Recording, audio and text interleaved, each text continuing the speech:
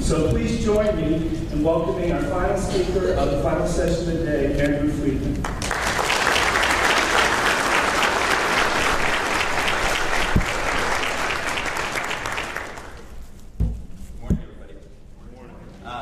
First of all, you guys are definitely all the A students back because I was just figuring that there'd be about 10 of you for the closing plenary, and that was actually a great sense of relief for me. So this is too bad.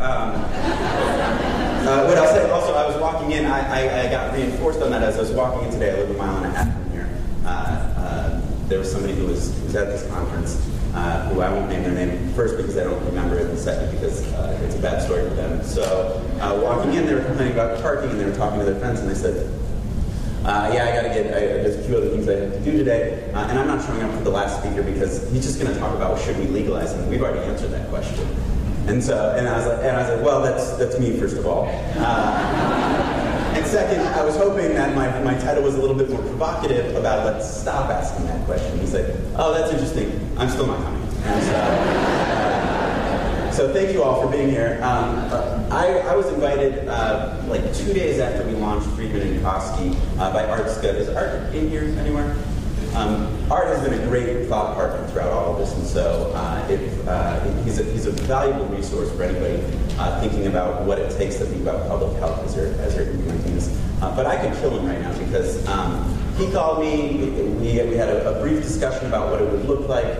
He did not tell me I would be closing, and he did not tell me that the people I'd be speaking behind were John Carnevale, Dr. Hopkins, Bo Kilmer, Louis Koski, my co-founder, Pat Oglesby, and that by the time we got here, there would feel like very little that I had left to share with you. And so I went home yesterday and rethought the whole thing, and I thought, you know, the best expertise I have for you is what I wish was what I want your voice to be should I have redone the first 3 years of legalization in Colorado, and much more from a political standpoint of what it takes to get things done in an era of legalization, and how to get the public health voice to be a louder voice and a more actionable voice within Colorado. And so this is a lot less on the theory side, a lot less on the data side, and it will be a lot more just here are some practical lessons that I hope you take with you and I hope you think about, and you decide how you're going to get involved in the political process. Before I was the marijuana czar in Colorado, I was the Lieutenant Governor's Chief of Staff. This is the first time this conference has been put on, so I'm going to use this joke, even though I know a lot of you have heard it. My mom was very proud. She told everybody that I was the Lieutenant Governor's Chief of Staff. And then when I became the world's first marijuana czar, she told everybody that I was the Lieutenant Governor's Chief of Staff. So, denial happens with everybody here. But when I was the Lieutenant Governor's Chief of Staff, what I was passionate about was early childhood education. I believe, and still believe today, that early childhood education is as close to a panacea for a lot of the social ills that we go through, and that if we could work to get everybody kindergarten ready and up and running by third grade, there's a lot of other problems that we deal with that would simply go away. And so we had somebody go into the field and put a poll in about how much do our citizens care about early childhood education, and is it something that they would agree to a tax for? And the guy came back as a mentor of mine, Mike Melanson, and he said, about 36% of people believe in early childhood education. And I said, well, okay, so we're going to have to, in order to win a campaign, we're going to have to convince them that for every dollar that comes in, $7, for every dollar in, you get $7 back, that here's all these great statistics about high school dropout rates. And he said, that's great, that's not a campaign. He said, my job is to inform you what your island is, what people already believe. My job is also to help you land on that island. That's what the entire tax initiative is. He said, if your job is to try to change what the island is, that's going to take 10 years. Trying to change what their natural belief. He's like, I'm not saying you're wrong. You're probably really right. You are a policy wonk in this area. It's not possible. And so if you're asking me whether or not we can run a campaign on early childhood education, the answer is no. And there's no amount of education within this period of time that's going to get this. You're talking about generational change, which is a much different beast. we went ahead with the campaign, and we lost, pretty much we got 36% of the vote. And so I took a lot of that lesson into when I became Director of Marijuana Coordination, about thinking about landing on their island. What is the new island that has been set up, and how do we do our best to land there? So what is on their island? These are not scientific, but based on when we get negative reactions and when we basically have non-starters, the island that you're trying to land on, everybody believes in this new island that the legal use of marijuana should be enjoyed by everyone 21 years and older. That is a non-negotiable. And anything you do that is not landing on that island, you just won't get there. B, that there should be easy access to marijuana for any perceived medicinal benefit. This one took us a little bit of time.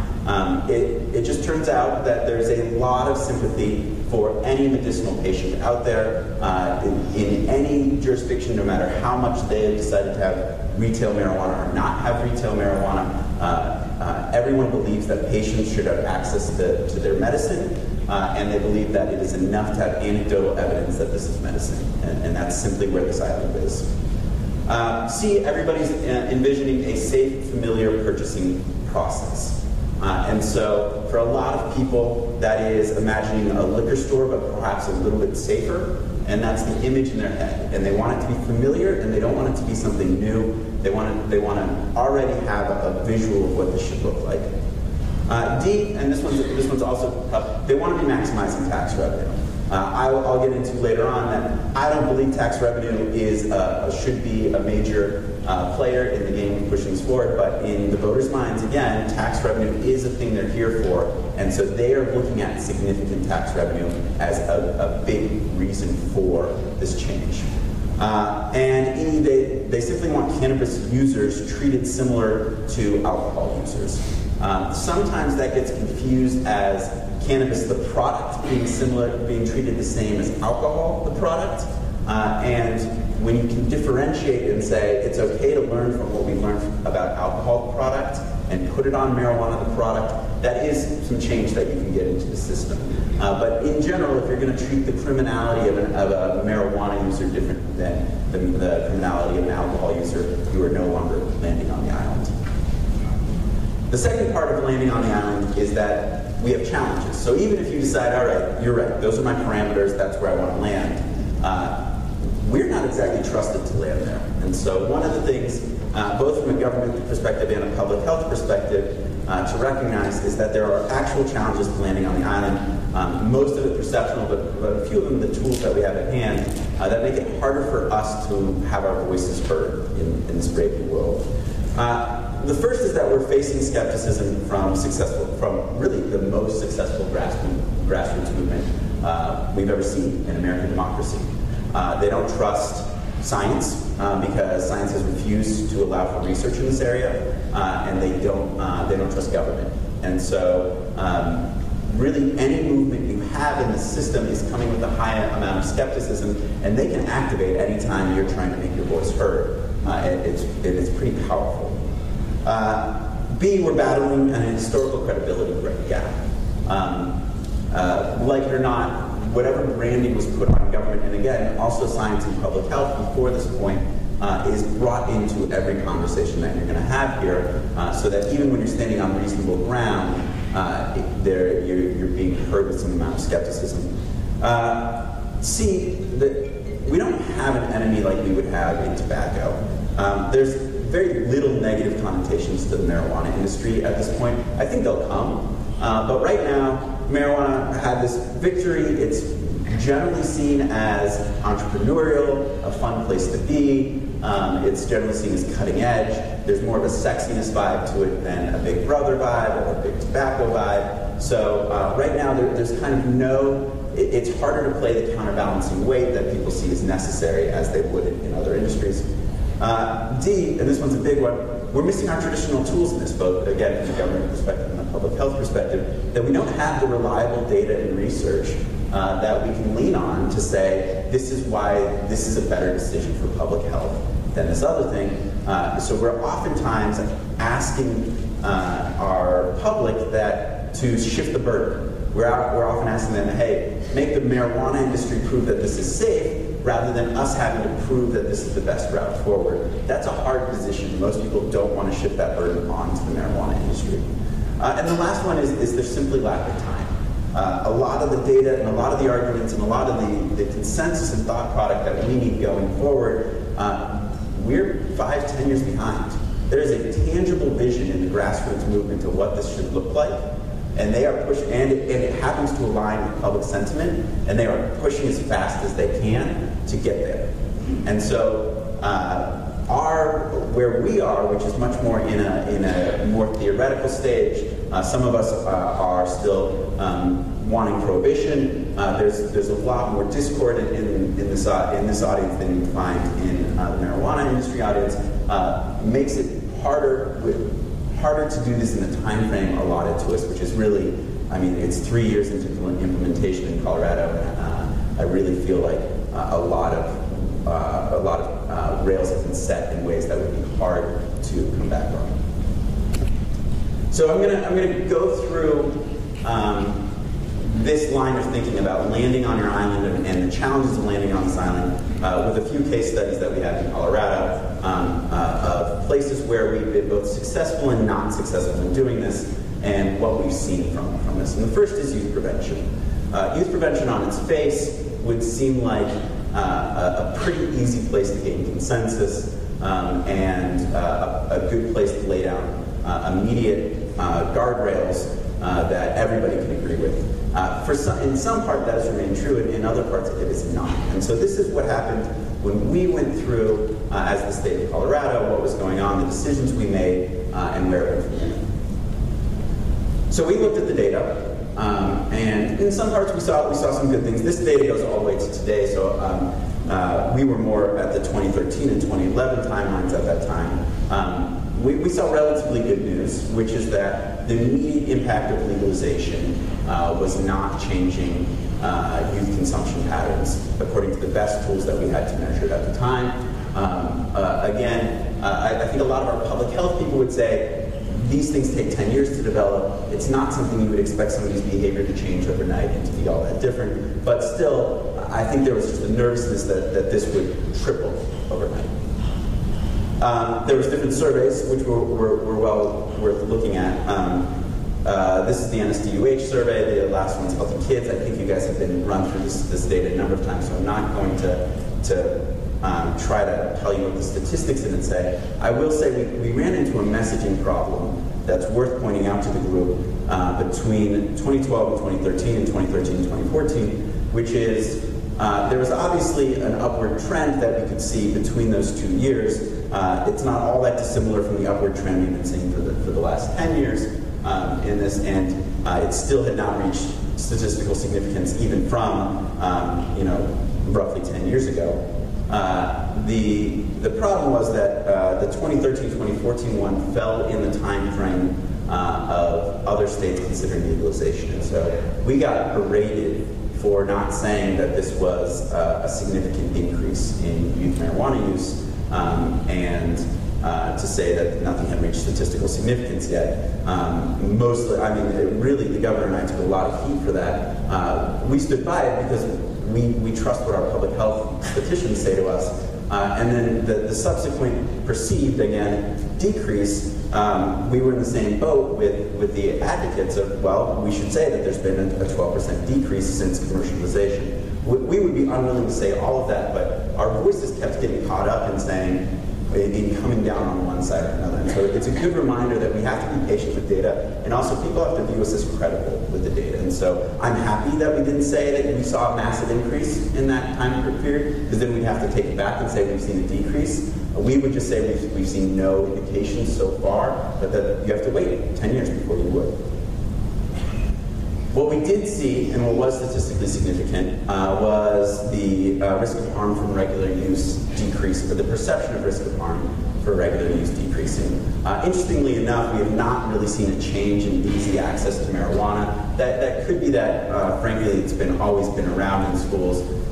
We also have a fairly broad medical market, and so it is possible that retail recreational marijuana did not do all that much to change that. It might change in the future. We have yet to see. But this has been a downward trend on perception of risk. We also saw that we were winning with other substances, and we weren't winning with marijuana. That we would like to see that as a downward trend and start to reach the significant historical lows that we were seeing with alcohol and tobacco. So from that, we formed a plan. The last thing we saw, when medical marijuana came online through commercialization, we did see a pretty significant increase in drug-related suspensions, that we think is probably that access had changed. We don't have the data, but we think that access changed. We think there could be some observation bias that happened there. But what was concerning to us is that at the same time that total suspension rates were going down, those suspension rates were going up. We worried that we would see that again from recreational. As you see into the future, we have not. Also total suspension rates have leveled out, and we've actually seen a decrease in drug suspension rates. All of that, to me, just says we should stop drawing conclusions in the short term and take a much longer, healthier, long-term view of what's going on. But nonetheless, we wanted to put a youth prevention campaign out in this atmosphere, and one of the things we're thinking about is how to increase people's perception of risk. And so our first campaign was called Don't Be a Lab Rat. I'm going to cut to the chase, and I'm going to say we probably missed the island with Don't Be a Lab Rat. For those that don't know, Don't Be a Lab Rat was a campaign to say that, and I will tell you, here's the thought process that came into the campaign. I was as much a part of it as anybody. That the science behind marijuana is out in a lot of ways. That there are some studies, the initial studies are not good. That you can question those studies, and kids are, and you're going onto the internet and seeing that that those studies are coming under fire. But that's not a reason to ignore the study. What we wanted them to say is, you know, we have a few trees right now. In 20 years, we'll have a forest, and you'll see the forest. Do you really want to be the people who end up proving right that you're going to lose 8 IQ points? And so we learned through focus testing. Kids care about their brain. I'm not sure why we need focus testing for that, but we've learned it. And we thought this would be a message that would resonate. I will tell you, we socialized this message in the weeks before with industry and got pretty heavy pushback, particularly on the lab rat cages. It to them evoked prisons. There was a social justice element that they didn't like. For us, you know, there's a giant water bottle. We thought it was pretty obviously a rat cage. I will tell you, and the day it released, the Denver Post said, we're really happy that government is taking seriously youth prevention because this new world treats marijuana like there's no impact, and we're hoping this is successful. The lab rat cages are a little heavy-handed, and we hope that they don't ruin the message. I will say it ruined the message. And the point was that basically the industry got to come out, or even advocates got to come out, and here we have Kayvon, who's actually a friend of mine now, dressed as Chicken Looper. If you don't know, our governor's name is Hickenlooper. And saying, listen, this is not the right message for the right time. And there was enough of a backlash on that side that we had trouble placing the cages. And what you see here is a headline that Boulder actually rejected. They initially accepted and then rejected the cages. And so I put that as a place where we didn't recognize where the island was, and we didn't recognize where our voice would be heard with skepticism.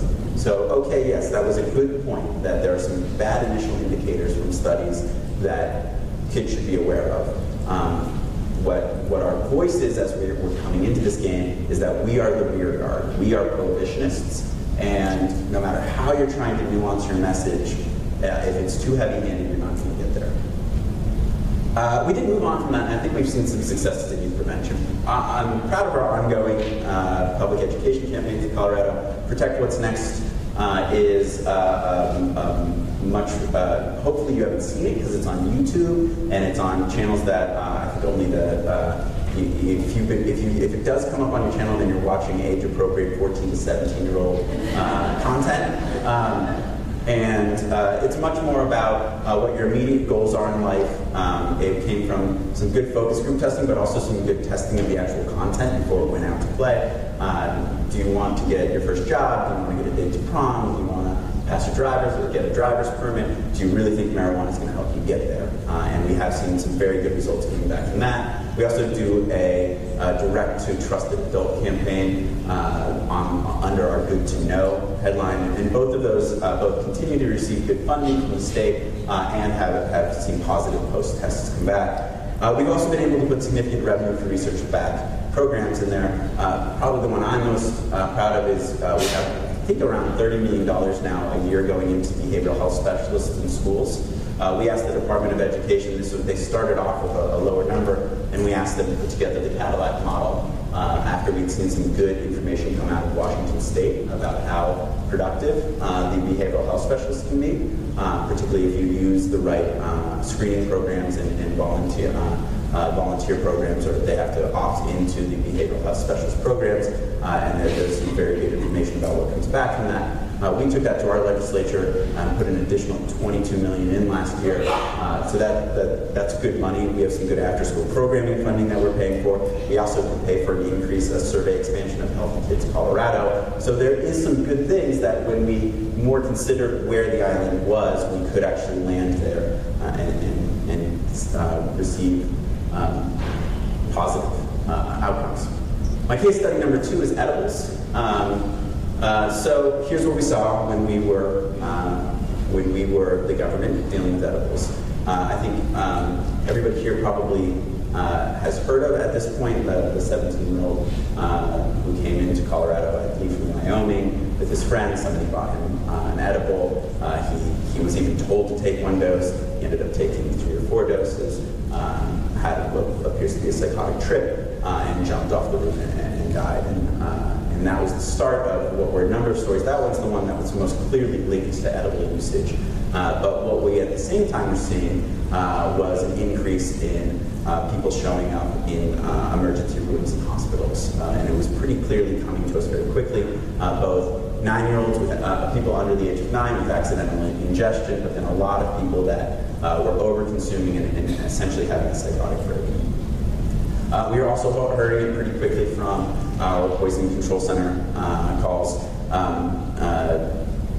up to, I think it only raised up to like 230 calls a year, so it's not like this was an epidemic that was hitting poison control. I think that year there was 6,300 alcohol calls. But it's still an upward trend that you want to react about it, and there's still something going wrong with the way people are using marijuana such that they feel that they're unsafe. And then, again, we saw it across age types. So here's where we missed the island. I woke up one morning, I was sick. We had working groups for all of this stuff. Part of the strength of the Colorado system, and Lewis mentioned this yesterday, was that we would very much socialize changes in rulemaking, so we would bring everybody back to the table to have public, open, transparent discussions about what was going on. I had a fever over the weekend. I woke up on Monday to probably around 200 texts about how the Department of Public Health had just put out a suggestion that we basically take away all edibles but tinctures and pills. The Department of Public Health, which I think has done a remarkable job in Colorado, was making a point. The point was, if you want to treat this like medicine, let's actually start talking about marijuana edibles as medicine. Let's put them into more reliable dosing. Let's stop confusing them with products like gummy bears, and let's scale back and start working our way up rather than doing it the other way around. Well, by the time that meeting happened, not only did we have the Denver Post and the AP in the room, the Wall Street Journal was there, the New York Times was there, pretty much every national newspaper that had been paying attention to what was going on. We had 5 or 6 cameras going on in the room, and the essence was this was a showdown between government and the marijuana industry, and will the government basically force the marijuana industry to lose? And the messaging was already lost on, we had already lost the messaging. There was a lot of debate that this is what the voters intended, that rolling back edibles to that point would probably violate the Amendment 64, and there actually is a pretty good argument that then this would just move to the black market. In essence, we had not done the groundwork to be able to put this recommendation forward, and by the end of the day, the recommendation had been all but withdrawn, and we lost a day. I still think it was a good message from the Department of Public Health about let's really think through what edibles are supposed to achieve and not achieve. But the truth was we were not landing on the island. That said, we've seen successes with edibles. Pretty quickly, we got opaque and child-resistant packaging through. We, through this rulemaking process, got 10 milligram dosing demarcation so that you couldn't put more than, so that it had to be easily scored and separated so that it was intuitive even to your tourist that they were having a full dose of marijuana. We put forward public education campaigns, and actually also industry put forward public education campaigns. We got a universal symbol that has to both be placed on the package and the product itself in order to combat accidental ingestion, so that even if it ends up out of the product, it's still something that adults know they have to keep away from kids. And then we simply passed legislation that said that edibles shouldn't be in the shape of people, animals, or fruit, and then went around and had a real conversation with industry and said anytime you get close to this line, we'll go back to the legislature and ban that product as well.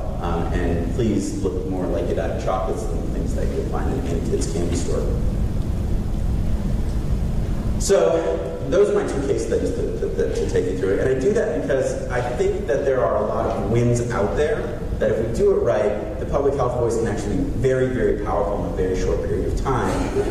And as long as we are keeping in mind where this island is and what our challenges are of landing on that island, there's a lot that we did not achieve in Colorado that I think version 2.0 can be achieved in other states. And so I really wanted to leave today with my 50 suggestions about places where I think we can land on the island.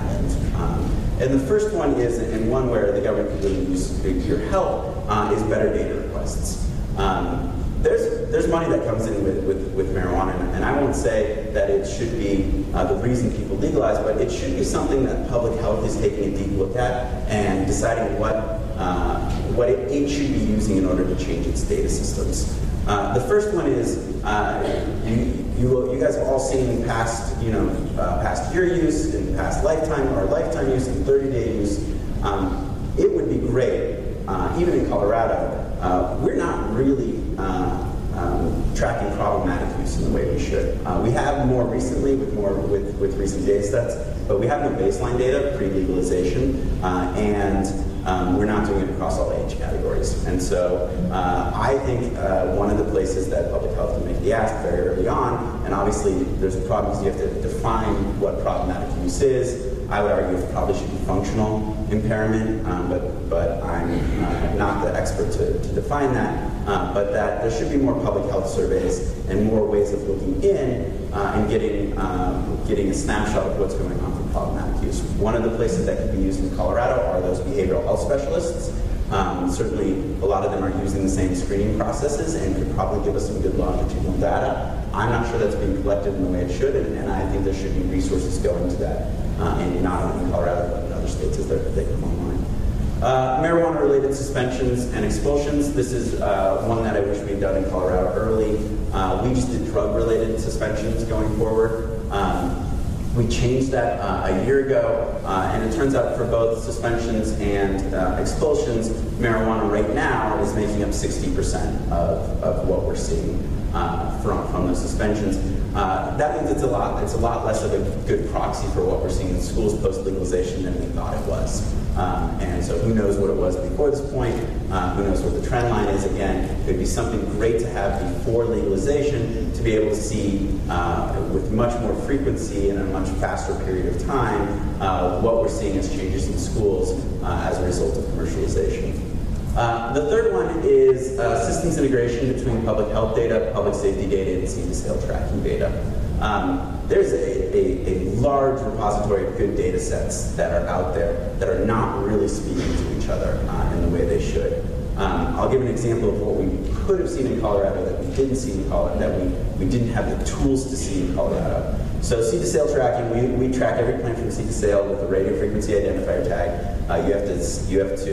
The people entering the data into the system have to say this has been turned into a tincture, an edible, or this is trim, tell you actually what's being sold at the stores and in their specific locations. So what we could have seen if we were looking at it right is that the edibles market in the recreational area was taking off much faster than than it had in the medical market, and that we could have seen that there was actually a concentration of edibles being sold in cities that have high rates of tourism. So you go to Breckenridge, you see that there's edibles. I think the conclusion we can draw now is tourists really don't have a place to smoke, and so there's a reason they buy edibles. Also, edibles are from a consumer-facing, as a consumer-facing product, appear much more friendly, much more usable, and so we saw a lot of naive users using edibles, and particularly having a problem with tourists. That is a conclusion we eventually drew. It took us about 18 months. We could have seen that very quickly if our systems were integrated between hospitalization rates coding in marijuana and what we're seeing from our seed to sale tracking. And so one of the things we advocate a lot for in my new firm is to find out ways to bring what is ultimately your best data set on marijuana into public health and public safety in order to see if problematic usage is showing up and get your first indications that should have further, deeper research questions asked. And the last one I'll say is baseline and ongoing DUID data. I would argue driving while high has shown some of the worst statistics we've seen in the short term so far. That's this. This is our fatal accident reporting system.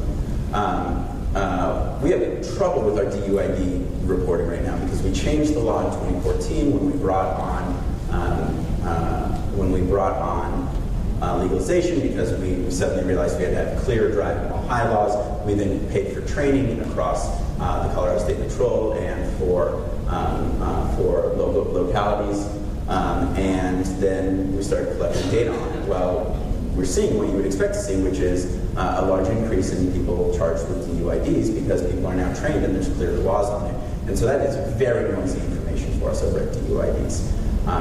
The fatality accident reporting system is giving us better information because essentially it did not change pre and post legalization. I think it works out to roughly about 86% of drivers involved in a fatal accident are given a tox screen to see what all of the substances they might be on. And we have seen marijuana, both latent marijuana, THC delta, the long one that stays in your system for a long time, but also the active THC. We're seeing a high percentage of drivers with that in our system, which, while not being dispositive, generally leans towards the fact that we have a problem with people driving while high and they're very unsafe, and it will increase deaths on the road. And so this is one where I think, again, the public health community can come in early on and say we need to set up the data systems much better than they're currently set up to be able to capture problematic usage in a much shorter period of time, and that this is something that resources should be put to by the state government. Another place where I think that there could be a lot of really strong, powerful movement from the public health community is if we band together to create better public education campaigns. Alcohol, tobacco, for responsible use, for driving, for youth prevention, all have national associations that have really worked on messaging that works in states, messages that work with specific communities, messages that work at specific times. I will tell you, at least from where I came from Colorado's point of view, there was not that network help for public education campaigns. And we think that there's a very big opportunity for public health campaigns, for public health experts to come together quickly and start national consortiums here that really do utilize the best practices as quickly as possible and push states to not reinvent the wheel here, or if they're going to reinvent the wheel, to create standards that they should measure themselves against. To say, okay, well, if you're going to go your own way, are you doing better than our own public education campaigns?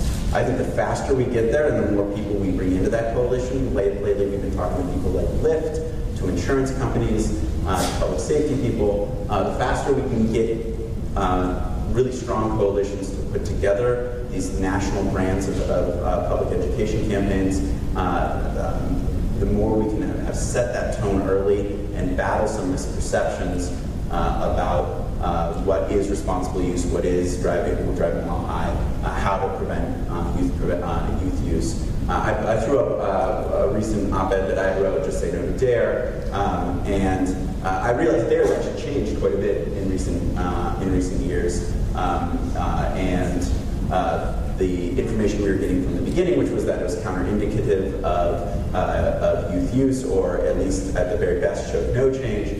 But DARE's now a toxic brand, and so we're going to need to find ways to change our voices and to find new paths to credibility for a new audience. And here are the other battles to come that I hope you guys all join in on. The first one is edibles, rules, and regulations.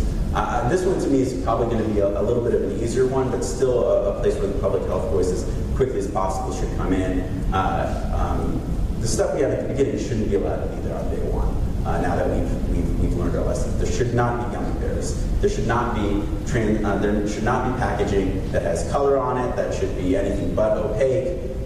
There should not be cartoon figures on the packaging. It should all be in childproof or sealable packaging. It should be accompanied with a public education campaign. The products themselves should be marked that they are adulterated products.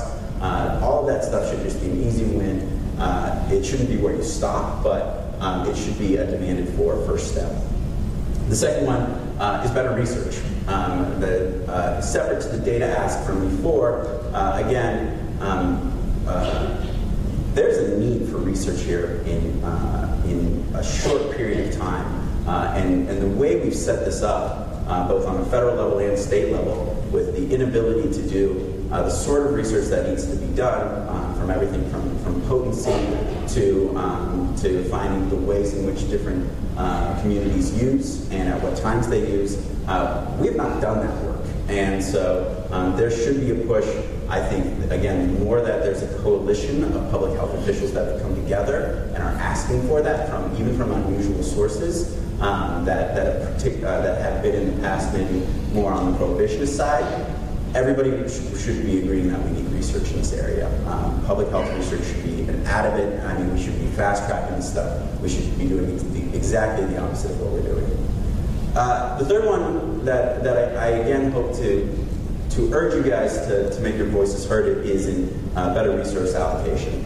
The place where I met Art Scott was when he was arguing that a significant amount of our money should be going to substance abuse treatment. And he won.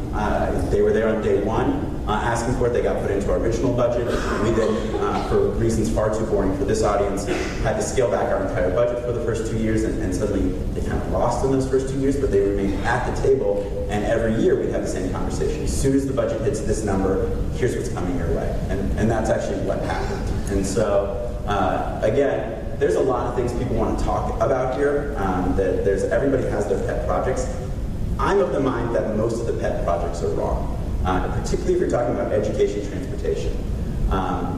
It's where people want to put the money because it feels good. But for instance, in Colorado, we put $40 million into school construction.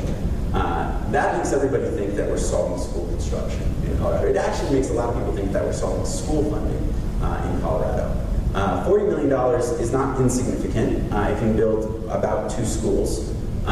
The legitimate capital needs requests right now for schools is $13.8 billion. The fund that got the $40 million got $2.8 billion in requests, right? So the 69/70ths of the people who did not receive the money were left disappointed and wondering where all this marijuana money goes.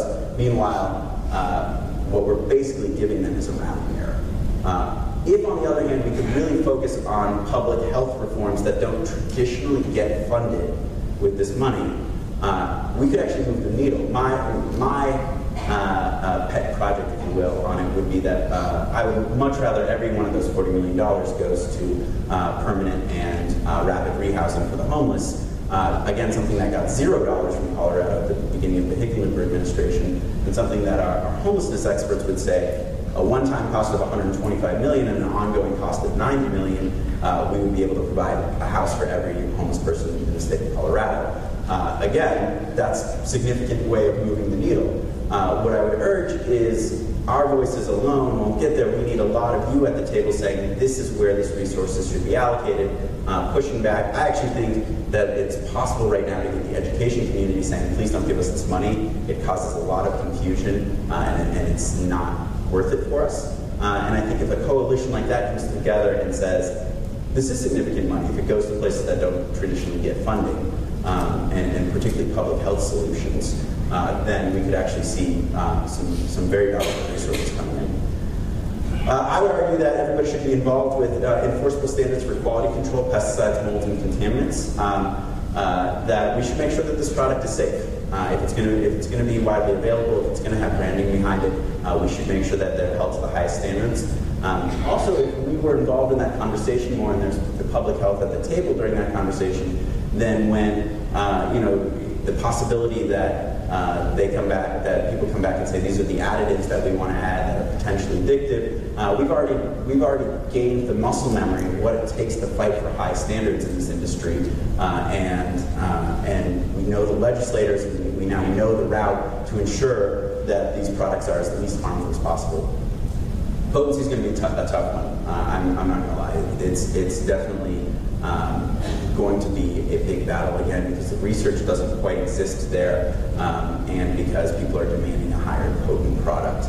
I would say as a winnable battle that I'm now seeing more industry come together to say we wish there wasn't dabbing, that they've seen more problematic usage from dabbing, and that if there could be a step back from the. If I show of hands, who knows what dabbing is? Yeah. Okay. Looks fairly wide. So if you don't know, ask a friend, and they'll tell you. I didn't know. I had to YouTube it. People's houses can blow up while they're creating it, but it's certainly not a way that I think most users most people who voted for legalization envision the use of marijuana. Home grows, I think this is a winnable battle again that if I was public health, I'd be more concerned about than I think you would realize at first blush. Pretty much the entire history of marijuana legalization over the last 20 years has been two different strands of legalization. Libertarian, keep your hands off our marijuana, and tax and regulate. This should be treated like alcohol. Those two strands have learned to get along for the most part. The place where they come to a head is home grows. And frankly, if you're going to have a tax and regulate system, it cannot exist with an expansive home grow system. In Colorado, we pretty easily allowed you to grow 99 plants at home. And what we were seeing was that the drug cartels were coming in, using that system and shipping it out of state to the tunes of millions of dollars, again, in the home grow system. We also saw entrepreneurial Coloradans trying to take advantage of the system themselves.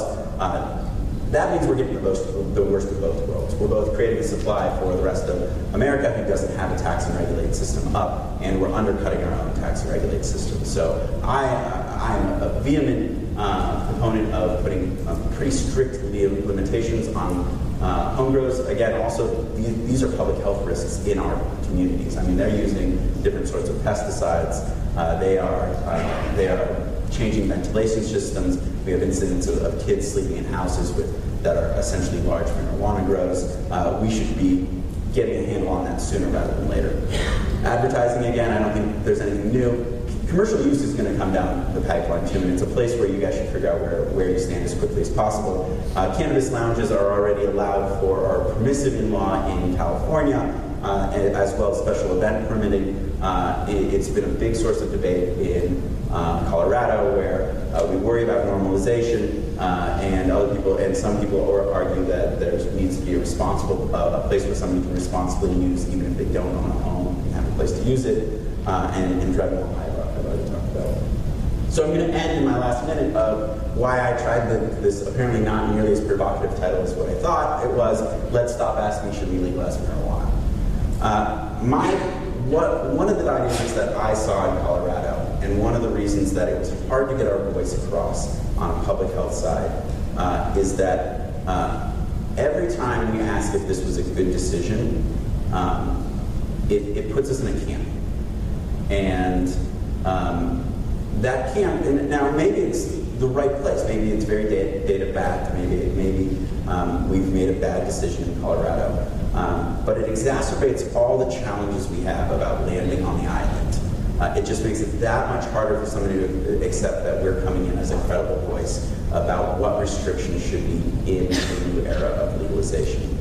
And so when we look at what's next, I think all of those things become a little bit harder when we're stuck in a debate that Coloradans or your state, or frankly where is the nation going, is not in anymore.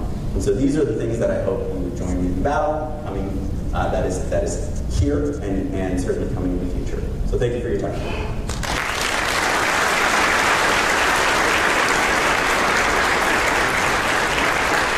Yeah, 15 minutes for questions.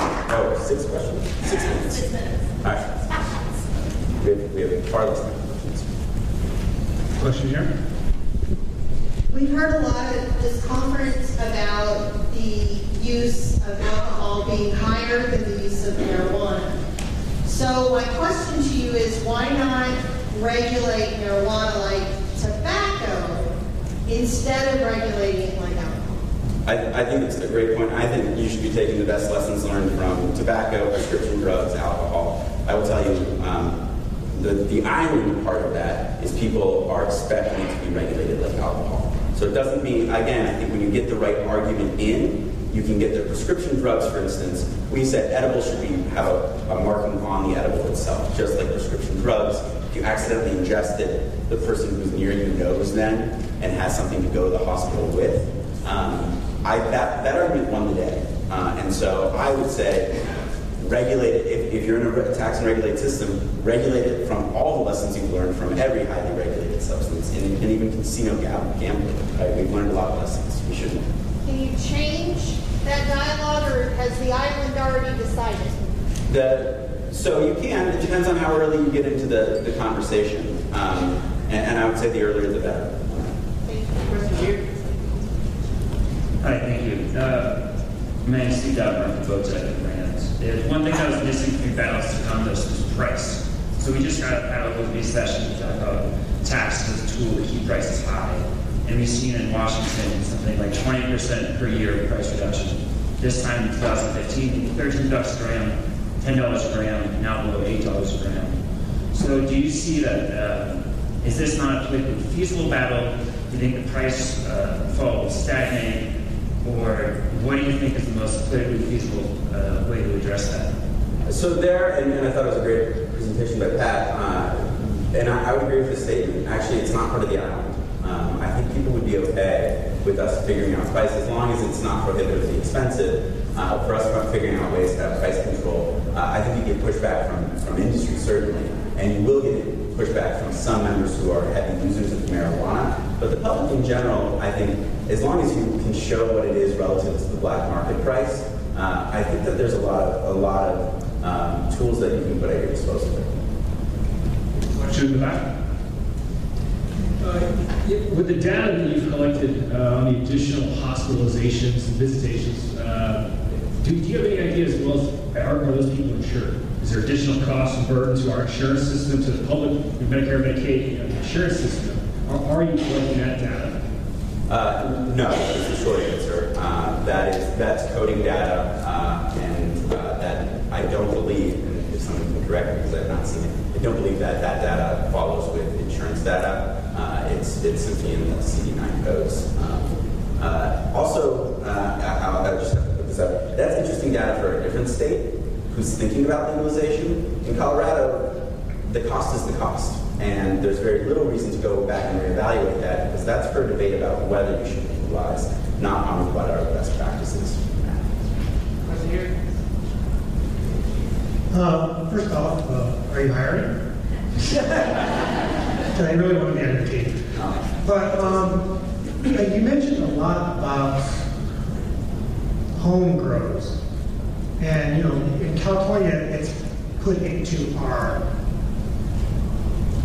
the proposition. So we really can't change that unless we somehow get another proposition to take it out. I mean, we see no way to regulate that. What are best practices for that? Yeah, so we put forward our own set that I'm happy to share with anybody here. First of all, you have to have very clear bright lines about how many are allowed in a residence, and you can't play with medical and recreational together to create something more. That these people should be registered, and if they're not registered, it's not just a slap on the wrist that they're not registered, they're not legally growing. I know Norman from Rhode Island here, they had an idea about putting a low-tech tagging system on or essentially zip ties issued. I love that idea. I think the sooner you can get something that's like a site check for local law enforcement, because again, these guys aren't being looked over by regulators, so local law enforcement needs to be able to know what's legal and not legal. So limiting it to the most extent politically feasible, and then creating a transparency system that creates some amount of accountability in that system is unbelievably important. Question back there. So more of a comment. I appreciate that one of your main focuses when you talk is around youth prevention, but I think we need an expanded understanding of what's effective in prevention, because community campaigns, media messages are very limited in terms of evidence. And so when we talk about youth prevention and the need to get messages out, I think that is just a drop in the bucket. What has Colorado been doing by way of evidence-based prevention programming in schools, looking at price, placement of locations, because those are what are evidence-based prevention measures?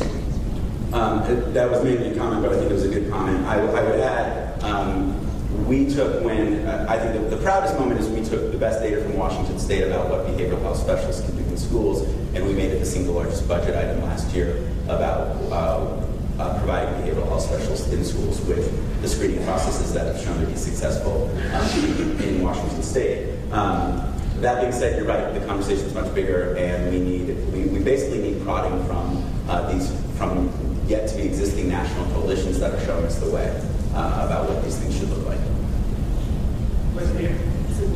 Last question. Well, let me just look. Let me thank you for raising the question of research is needed. You had mentioned a couple of times in your presentation that we're missing reliable data. My sense is there's actually a lot of data out there concerning the health effects and the physiological effects of marijuana and cannabis use.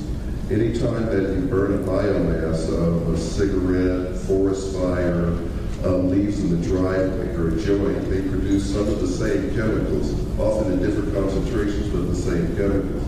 I think that it's actually better that we begin to use, it's not the question of if it's better for you than something else. The real question is, and I'll just read it to you, what is the impact of smoking, aerosolization, and eating of marijuana on the public health?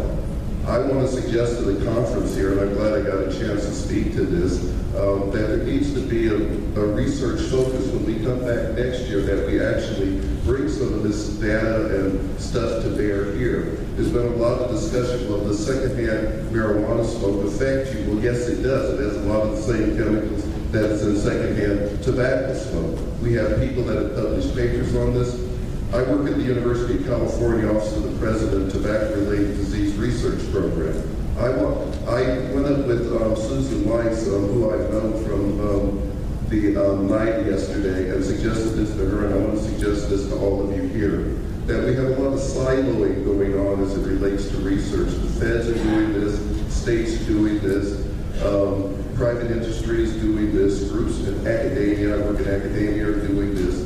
There needs to be, I appreciated the gentleman last lunch period when they pulled regulators together from all the new states that have taken this up on a periodic basis. I want to suggest to us here, and I'm going to write a letter, and Susan said she would co-sign it, calling on research to actually group together from all the states that have legalized it and where it is medically available, to actually begin to group together to answer these questions.